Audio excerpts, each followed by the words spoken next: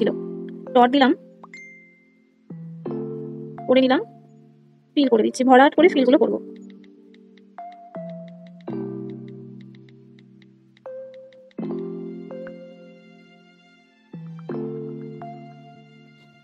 এই যে লেয়ারিংটা করলাম দেখো খুব পাতলা হয়ে আছে, মানে আমি যে কালারটাকে টেনেছি স্পষ্ট ভিজিবল হচ্ছে যে কালারটা টানা হয়েছে। তো এই জিনিসটা যেন না থাকে, হ্যাঁ পুরোটা যেন সাদা ধবধবে দেখতে লাগে। আমরা কি জেনেছিলাম যে আমাদের পাপড়ির মধ্যে অতিরিক্ত পরিমাণে গ্যাপ কিন্তু আমরা রাখবো না।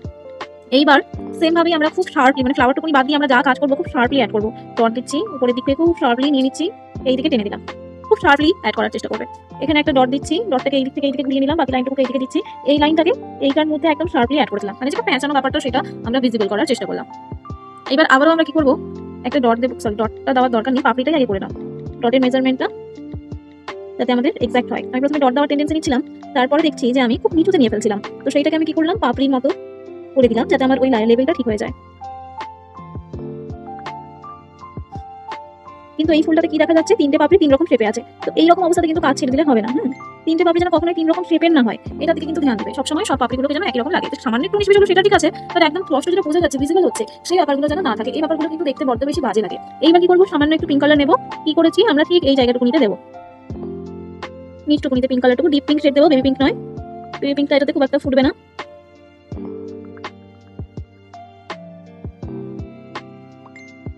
শুধু গোড়াটুকুতে, মাথার উপরে হোয়াইট কালারটা স্পষ্ট ভিজিবল হবে।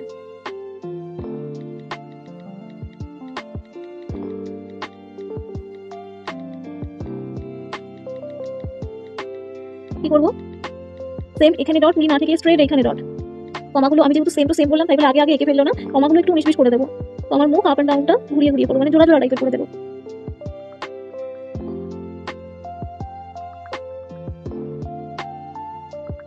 ভরাট করবে পুরোপুরি সাদা হবে, ধবধবে যেন পাপড়িগুলো সাদা হয়ে থাকে। খুব অল্প ফেব্রিক নেবো, ডট দিচ্ছি, উপর দিক থেকে আলতো করে ঘুরিয়ে নিলাম, বাকি লাইনটুকুতে এইদিকে নিয়ে গেলাম। দেন আমি এখানে ডট দিয়ে করছি, তোমাদের অসুবিধা হলে তোমরা নিচ দিক থেকে উপরের দিকে যাবে। দেন আবারও কি করবো, ডট দিচ্ছি, ডটটা যদি দেখতে পাও যে খুব নিচুতে নিয়ে ফেলেছো তাহলে ডটটাকে ডট দেবে না, পাপড়ি করে ফেলবে। নিচে পাপড়িটা করে নিয়ে তারপরে ডটের মেজারমেন্টটা করতে পারো। এইরকম একটা কলকা আমরা অলরেডি করেছিলাম, সেটার আর আজকে একটা ফ্লাওয়ার মোটিভ হলো দেখতে সেম হলেও পুরোপুরি আউটকামটা একদম আলাদা আসবে। এবার কি করবো, এবার আমরা নিচের দিকে মুখ করবো, এখানকার কমাটা নিচের দিকে মুখ করবো, খুব চিকন করে করছি।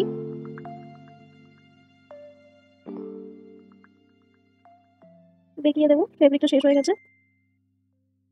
আবারও আমরা কি করবো, এন্ডিং এর দিকে পাপড়ির সাইজ হয় সেম হবে, না হয় ছোট হবে, কিন্তু বড় কোনো মতেই হবে না।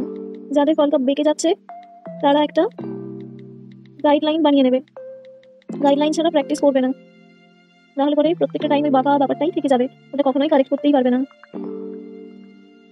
তিনটে মতো পাপড়ি করেছি, এন্ডিং সেকশনের দিকে আসবো। এবার আবার আমরা উপরের দিকে উঠে যাবো। যতটা পসিবল তোমাদের দ্বারা চিকন করে দাগ টানার ঠিক ততটাই চিকন করবে, যতটা পসিবল তোমাদের দ্বারা।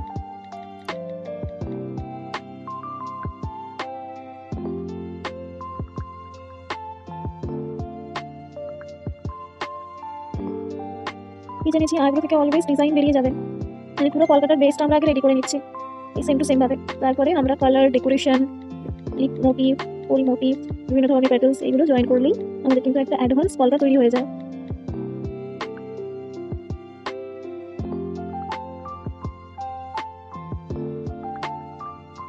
এবার নিচের দিকে মুভ করবো, এন্ডিং এর দিকে কমাগুলো এসে দেখো একটু হালকা করে সাইজে ছোট করে দিলাম।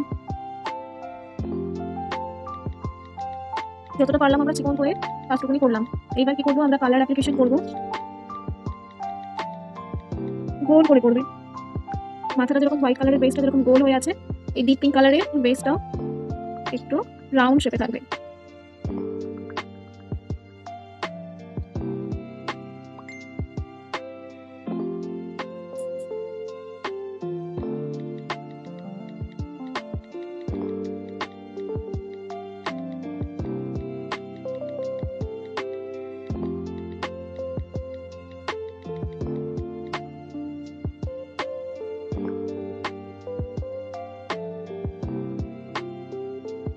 এখানে বেবি পিঙ্ক শেডটা ইউজ করবে না, সবসময় ডিপ পিঙ্ক কালারটা ইউজ করবে। পরবর্তীতে হয়তো অন্য কিছু করছো তখন কালারটাকে চেঞ্জ করতে পারো।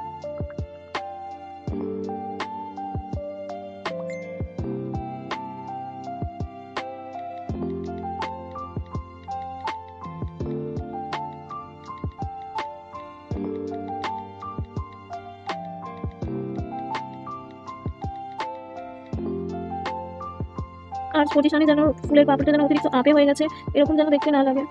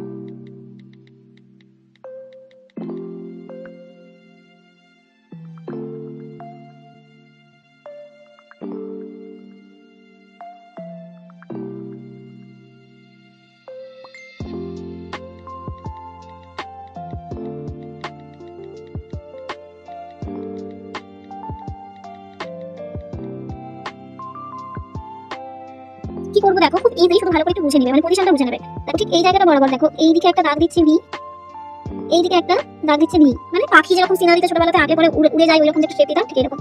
এবার এই দিক থেকে এটাকে এরকম ইউ শেপে জয়েন করে দেবো, মানে ভি এর তলে একটা ইউ লিখবো। এবার এই যে ইউ আর ভিটার উপরের দিকের শেপটাতে আমরা একটা হাফ ও লিখবো। এইবার এখান থেকে একটা চিকন দাগ, এই যে সেকশনটা হলো সেখান থেকে একটা চিকন দাগ আমরা এনে এইদিকে জয়েন করিয়ে দেবো। এইবার এইখানে যে সেকশনটা বেরিয়েছে, এই সেকশনটাতে আমাদের কিন্তু ফেব্রিকটা খুব নরম রাখতে হবে, বেশ মোটা করে আমরা একটা পাতা আঁকার চেষ্টা করবো। যদি দুটো পাতা আঁকার স্পেস থাকে তাহলে দুটো পাতা আঁকবো, আর যদি দুটো পাতা আঁকার পরে দেখি উপরে দিকটাতে স্পেস আছে তাহলে উপরের দিকেও একটা পাতা আঁকার চেষ্টা করবো। যদি স্পেস না থাকে সেখানে আমরা স্কিপ করতে পারি। এইবার কি করবো দেখো, আমরা বেশ জলে গোলা একটা ফেব্রিক ক্রিয়েট করবো, মানে বেশ জলে গোলা একটা ফেব্রিক, একদম হালকা ফ্যাসফ্যাসে একদম জলে গোলা একটা ফেব্রিক ক্রিয়েট করবো, এবং এই ফেব্রিকের জলটা আমরা এইটার মধ্যে দেবো। এটাতেও তাই করবো, একটা জলে গোলা হালকা ফ্যাসফ্যাসে একটা ফেব্রিক ক্রিয়েট করছি, একদম হালকা করে। একটু সময় নিয়ে ধৈর্য ধরে কাজটা করতে হবে। যেটা বললাম একদম হাই কভারেজ, একদম ফুল অ্যাডভান্স কলকা এটা। তো এই ধরনের কলকাগুলো তোমরা যদি মনে করছো যে 15-20 মিনিটের কলকা, না, কখনোই না। এটা যদি আমি আমার সাথে স্পিড অনুসারে বলি, আপনাদের এক্সপেরিয়েন্স অনুসারে বলি, মিনিমাম 8 ঘন্টার কাজ। এবার কি করছি, এই যে লাইনটা যেটা দিয়েছিলাম এইটাই জলটার মধ্যে মিশে গেছিল, সেটাকে আমরা দিলাম। এবার কি করবো, সামান্য একটু ফেব্রিক নিয়ে, একটু ডিপ ফেব্রিক নিয়ে এই জায়গাগুলোতে একটু হালকা করে শেডিং দেবো, মানে এই কোনো জায়গাগুলোতে একটু করে ডিপ করে দেবো। এবার একটু ফেব্রিক নিচ্ছি,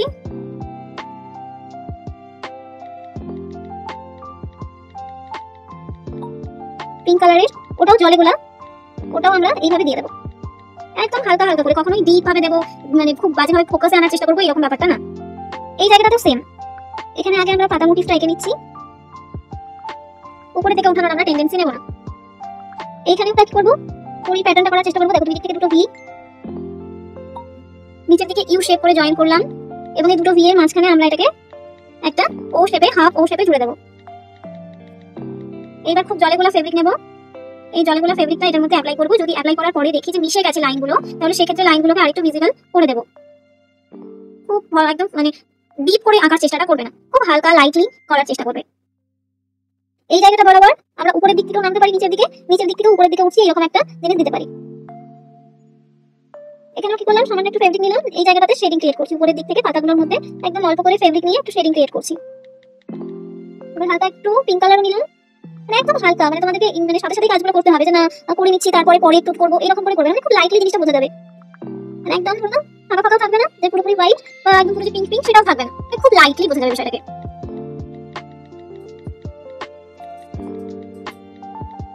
এই হাফ ওটার মধ্যে পিঙ্কিশ শেডটা আমরা দিচ্ছি, এটার মধ্যে তো একদম মিশে গেছে, মানে কালারটা টেনে নিয়েছে। স্কিনের ক্ষেত্রেও সেম ব্যাপারটা দেখতে পারো, যে প্রথমে হয়তো দিয়েছো তারপরে ওটা একদম মিশে গেছে, তো তখন এটা ভেবো না যে তোমাদের করাতে ভুল হচ্ছে, এটা হয় ন্যাচারাল, কারণ অবজার্ভিং পাওয়ার রয়েছে। এইখানটাতে বরাবর আমরা সেম করবো, পাতাগুলোকে খুব চিকন করে দেওয়া যাবে না, আমরা শেডিং যেটা করেছি, আমরা শেডিং এফেক্টটা আমাদের প্রপারলি ভিজিবলি হবে না এবং দেখতেও ভালো লাগবে না।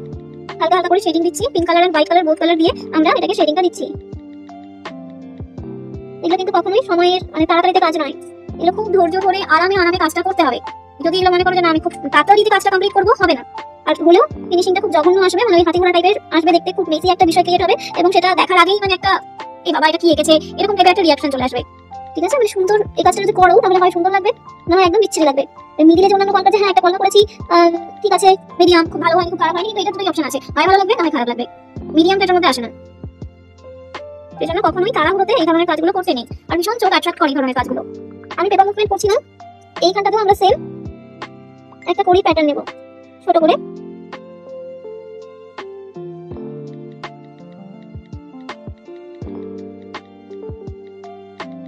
তোমরা প্রয়োজন হলে পেপার মুভমেন্ট করবে না। জলটা অনেকটা আছে, ওটা ততক্ষণ অ্যাবজর্ব করুক, ততক্ষণ আমরা নিচের কাজটা করে নেব। নিচের দিকটা যখন আমরা ঝুলিয়ে কাজটা করছি, এই নিচের দিকে যখন নামছি আমরা, সেটাকে আমরা কি করব, এই দিকে একটা দাগ নিচ্ছি, এই দিকে একটা দাগ নিচ্ছি। ফেব্রিকটাকে খুব আরামে আরামে ইউজ করতে হবে। উপরে একটা জিরো লিখছি, এই দিক থেকে একটু চিকন দাগ এনে জুড়ে দিলাম। খুব হালকা জল জলে ফেব্রিক নিয়ে এখানে দিয়ে দিচ্ছি। আচ্ছা, একটু ডিপ পড়লো ফেব্রিকটা এখানটাতে, মানে জল জলে ফেব্রিকটা একটু ডিপ হয়েছে, এতটা ডিপ দেবে না। আমি এটাকে তুলি দিয়ে একটু উঠিয়ে নেওয়ার চেষ্টা করছি, যেহেতু প্রচুর ডিপ পড়েছে। স্কিনের ক্ষেত্রে তোমরা যখন খুব ডিপ হবে এভাবে উঠিয়ে নেবে, তুলিটা নেবে আর হাতের মধ্যে মুছে নেবে। তারপরে একদম নর্মাল জল, মানে কোনো রকম কিছু ছাড়া, সেটাকে এটার উপর দিক দিয়ে একটু দেবে, জিনিসটাকে পাতলা করার চেষ্টা করবে। দেখো জিনিসটা যেখানে যেখানে আমি একটু একটু করে ঘষছি, জায়গাটা উঠে যাচ্ছে। তারপরে হয় টিস্যু দিয়ে বা হাত দিয়ে ভাবে একটু টাচ করবে, দেখবে অনেকটা হালকা হয়ে গেছে। মানে পুরো সাদা ধবধবে করে দিলে কি হয়ে যাবে, জিনিসটা দেখতে মনে হবে যে পুরো মানে কিছু একটা ভূতের মতো কিছু একটা এঁকেছে। যদি আমরা পুরোটাকে সাদা করে এঁকে দিই, তোমাদের পরবর্তীতে মনে হতে পারে যে চলো ফিল করে দিই। এত মোটা জিনিসকে, মানে এত বড় শেপের জিনিসকে ফিল করতে যাবে না কখনোই। হ্যাঁ, প্র্যাকটিস ওয়ার্কের সময় অবশ্যই করতে পারো, তাহলে পরে তোমাদের এক্সপেরিয়েন্স তৈরি হবে একটা। বাট রিয়েল ওয়ার্কের সময় কোনো রকম এক্সপেরিমেন্ট নয়। রিয়েল ওয়ার্কের সময় যা শিখেছো তাই, যে না এটা ফিল করে দিয়ে দেখি তো কেমন লাগছে, এই রিস্কগুলো নেবে না। এখানটাতে আমরা একটা পাতা মোটিভ করবো।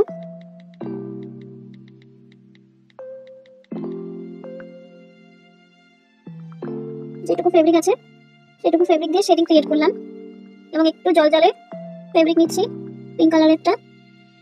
তোমরা এখানে অন্য কোনো কন্ট্রাস্ট কালার ইউজ করতে পারো, লাইক ইয়েলো। তাহলে অপোজিট সাইডটা আমরা করবো। প্রথমে কি করবো, এইখানটা বরাবর পেপার মুভমেন্ট করে তোমরা কাজ করতে পারো।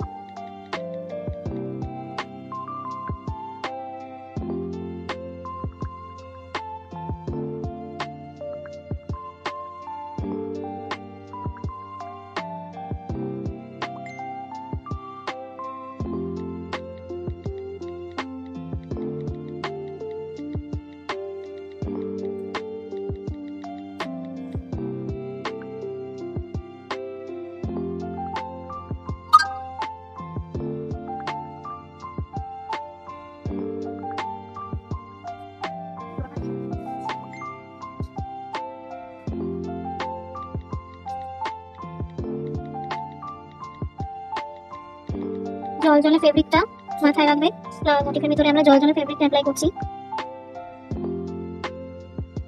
যদি মেন লাইনটা মিশে যায় সেক্ষেত্রে আমরা সেকেন্ড টাইম লাইন ইউজ করতে পারি। তো ঘাবড়ানোর কোনো ব্যাপার নেই যে আমার লাইন মিশে গেছে কি হবে, এরকম অনেকে ঘাবড়ে যায়। এরকম কোনো ঘাবড়ে যাওয়ার ব্যাপার নেই। পাতাগুলোর মধ্যেও একটু শেডিং দিচ্ছি। পিঙ্ক কালারের কাজটা একেবারেই করে নিচ্ছি।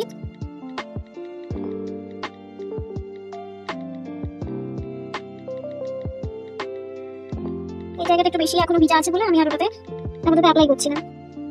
এবার এইখানটাতে করবো, সরি আগে পাতাটা এঁকে নিবো, যাতে করে আমার মেজারমেন্টটা মানে কতটা দূরে রাখতে হবে এই ব্যাপারটা যাতে আমার ঠিক থাকে।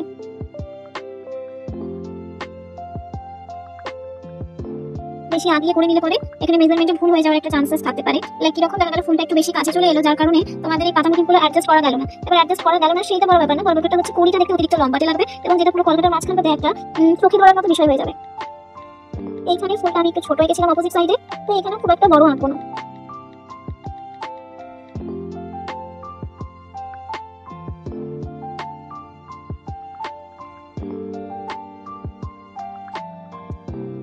প্রত্যেকবার প্লেটের একটা কর্নার এক্সট্রা ফেব্রিকটা রিমুভ করবে, টেস্ট করবে, তারপরে অ্যাপ্লাই করবে।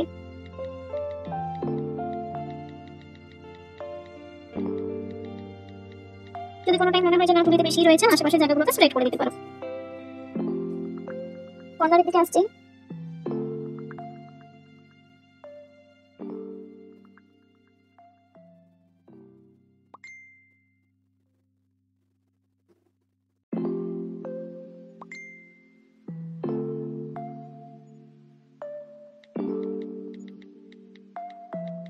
অনেক সময় পাতাগুলো কোন দিকে বসাতে হবে আঁকতে গিয়ে না ভুলে যাই। অপোজিট সাইডে আঁকাটা যেরকম রয়েছে তখন তোমরা ওই আঁকাটা একটু দেখে নেবে যদি তোমাদের ওই জিনিসটা হয়।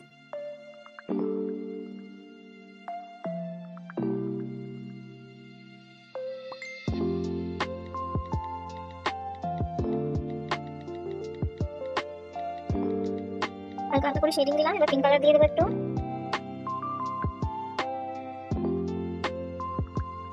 ফ্লাওয়ারটার মাঝে আমি কোনো রকম যে শেডিংটা দেওয়ার মানে জল জলে শেডিংটা দেওয়ার ওইটা দেইনি এখন অবধি। ফ্লাওয়ার মোটিভগুলো যে একদম সেম টু সেম দুটো করে বসাতে হবে এরকম কোনো ব্যাপার নেই। হ্যাঁ, ওইটা যত বেশি মনে রাখতে যাবে যে একদম দুটো করে বসাবো তখন খুব চাপ হয়ে যাবে এবং অতিরিক্ত সময় লাগবে এবং কি হয়ে যাবে তোমাদের মধ্যে একটা নার্ভাসনেস চলে আসবে বারবার করে অপোজিট সাইডের দিকে তাকাতে। নার্ভাসনেস নিয়ে যখনই কথা করবে না কেন, সে যত বড়ই আর্টিস্ট হোক না কেন, তার যে আউটকামটা আসে নর্মালি সেইটা আসে না। তাই কখনোই টেনশন নিয়ে তাড়াতে হচ্ছে বা একদম ফাইট ফাই করতে হবে এই টেন্ডেন্সি নিয়ে কাজ করবে না। যেটুকু হলে তারপরে দেখা যে ভুলভ্রান্তি হয়েছে যতটুকু তোমাদের দ্বারা পসিবল কারেকশন করা ততটুকু কারেকশন করবে, আদারওয়াইজ স্কিপ করে যাবে। মোটামুটি কি বলেছি, ভুলটা করা যেতেই পারে, পাল্টাতে অসুবিধা নেই, কিন্তু অপরিষ্কার কাজটা পাল্টাতে কখনোই করা যাবে না। ঠিক আছে, অপরিষ্কার কাজ পাল্টাতে খুব বাজেভাবে হাইলাইট করে দেয় এবং যেটা দেখতে খুব বিচ্ছিরি রকমের বাজে লাগে। ওইটুকু বাদ দিয়ে সমস্ত ভুল আমাদের কাছে অ্যাকসেপ্টেড, কিন্তু আদার্স যে জিনিসগুলো রয়েছে, এই যে ডটগুলোকে ঘিরে দেওয়া, কমাগুলোকে ঘিরে দেওয়া, একটা লাইনের মধ্যে বারবার করে ফেব্রিক টানা, এই জিনিসগুলোকে স্ট্রিক্টলি বলবো যে একদম অ্যাভয়েড করেই চলবে। এখানে কি যেন করেছিলাম, এখানেও একটা করেছিলাম যেটা আমি এখানে আঁকতে ভুলে গেছি এন্ডিং সেকশনের দিকে। এখানে ফ্লাওয়ারের শেপটা একটু চেঞ্জ করে ফেলেছি আর একটু বেশি করে ফেব্রিক অ্যাপ্লাই করার জন্য দেখো আমার ফুলটা কিন্তু মোটামুটি হালকাভাবে হাইট হয়ে গেছে, যেটা পুরোপুরি পাতার মতো একটা ভিজিবল হচ্ছিল ওই ব্যাপারটা হাইট হয়ে গেছে। এবার লাস্টের এন্ডিং সেকশনের দিকে আমরা কড়ি দিয়ে কভার করবো না, আমরা এখানে একটা পাতা মোটিভ ইউজ করবো।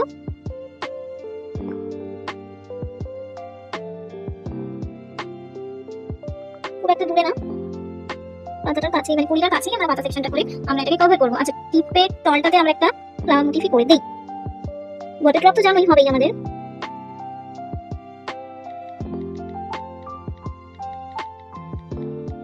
আইব্রোটাকে বাঁচিয়ে আইব্রোটার মধ্যে আমরা একদম জয়েন করে কেটে উঠিয়ে দেবো না।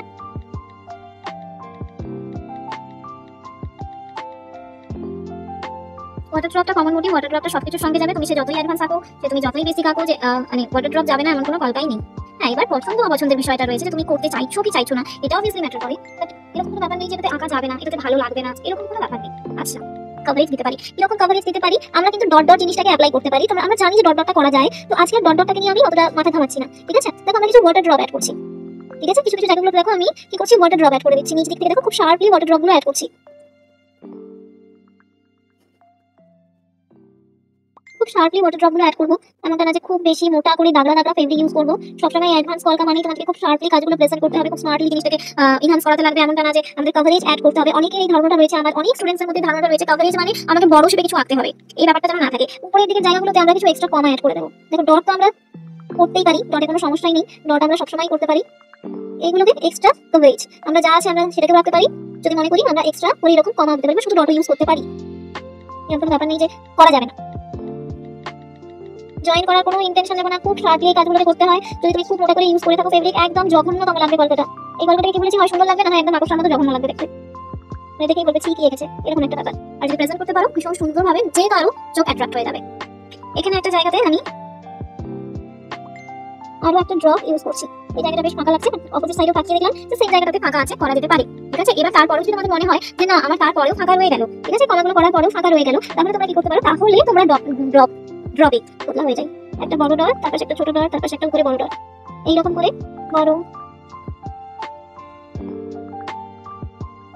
বা সিঙ্গেল ডটও ইউজ করতে পারো। আচ্ছা, আমরা যখন যখন যে যে জিনিসগুলো করছি সেই সেই জিনিসগুলো কোথা থেকে শুরু হলো সেই সেই জিনিসগুলো আমাদের একটু জানা প্রয়োজন। কেন প্রয়োজন? এতটা আগে ড্রেস টাইপ করতাম না। রিসেন্ট একটা ব্যাচে আমার একটা স্টুডেন্ট রয়েছে, সে আমি যখনই যে কলকাতায় দেখাই না কেন সেই কলকাতা জানার খুব ইন্টারেস্ট, এই কলকাতা কোথা থেকে এসেছে, এই কলকাতা এই ডিজাইন করা হয় কেন। তো সেটা থেকে আমার মাথায় এসেছে পরবর্তীতে তোমাদের এরকম স্টুডেন্টও হতে পারে, যদি তোমরা কোনো কিছু করানোর ইন্টেনশন নাও, যেটা কেন এটা এখানে এটা কার কাছ থেকে এসেছে, এই ডিজাইনটা ইনফ্যাক্ট কে করেছে, এরকম একটা বিষয় রয়েছে। এই যে ডটিং প্রসেসটা, এই যে উঁচু নিচু বা অনেকগুলো সংখ্যায় ডট ইউজ করা, এই জিনিসটা স্টার্ট করেছিল হচ্ছে একজন মেকআপ আর্টিস্ট, তার নাম হচ্ছে নিধি ভৌমিক। ঠিক আছে, ডটিং প্রসেসটা কিন্তু সে খুব ফেমাসে নিয়ে চলে আসে এবং কলকার ট্রেন্ডটাও উনি চেঞ্জ করেন। এই যে এত কালারফুল কলকা, এত ফ্লাওয়ার মোটিফের কলকা, এই যে 3D এফেক্ট, যে হালকা জলে গোলা ফেব্রিকের প্রচলন, এটা কিন্তু তার থেকে এসেছে। ঠিক আছে, তো কলকাগুলো কোথায় কার কাছ থেকে এসেছে, কিভাবে শুরু হয়েছে, এই জিনিসগুলো একটু মনে রাখার চেষ্টা করবে, যতটুকু আমি জানি তোমাদের সাথে শেয়ার করার চেষ্টা করি। দেখো এখানে উপর দিক দিয়ে দেখো আরো ডট দিয়ে দেওয়ার জন্য কি হলো, দেখো প্রচুর কভারেজ চলে এসেছে কলকাতার মধ্যে।